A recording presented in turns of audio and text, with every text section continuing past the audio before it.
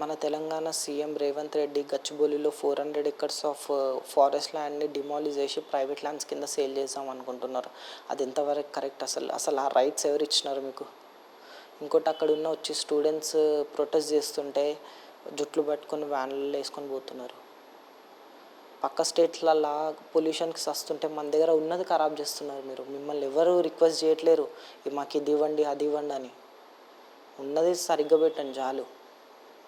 అసలు నా కంటెంట్ కాదు ఇది నేను చేసేది. నేను వెడ్డింగ్ ఇండస్ట్రీ నుండి నాది చేయాల్సి వస్తుంది. వీడియోస్ చూస్తుంటే లిటరల్గా నాకు కళ్ళల్లో నీళ్ళు వస్తున్నాయి.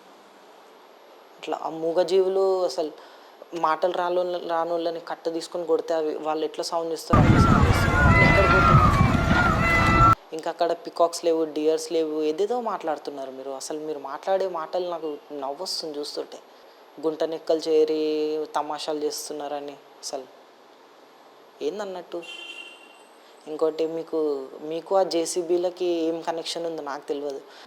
ఆపేయండి ఇవన్నీ చిల్లర లెక్కలు. ఉన్నదాన్ని ఎట్లుందో అట్లుంచండి చాలు. యాజ్ ఎ తెలంగాణ సిటిజన్గా అందరు దీని గురించి మాట్లాడాలి. ఓన్లీ తెలంగాణ సిటిజన్ అనే కాదు, అందరూ మాట్లాడాలి దీని గురించి. బికాజ్ నేచర్ అందరికి ఇంపార్టెంట్. నేచర్ని ఖరాబ్ చేస్తే ఇంకంతే, ఇంకా ఏం చేయలేము. రాత్రంతా జేసీపీలు మొత్తం ఫారెస్ట్ ని క్లియర్ చేస్తుంటే పొద్దునన్నీ నెమలి నడుస్తున్నాయి, పక్షులు నెమలిలు. ఆ వీడియో మీరు కూడా అందరు చూస్తున్నారు. నిన్న సాయంత్రం ఒక జింక చనిపోయింది.